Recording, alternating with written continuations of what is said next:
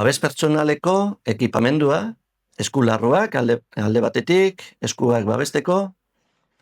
beste alde batetik betaurrekoak, begiak babesteko, segurtasun botak, kaskoa behar bada, aldi bateko ingurune sukoia zeinalatzeko, baliza barko genuke, eta itzaltzailea erabili eduki behar dugu, gutxienez 2 kilo eutz edo CO2 sua sortuz eskero, itzali ahal izateko.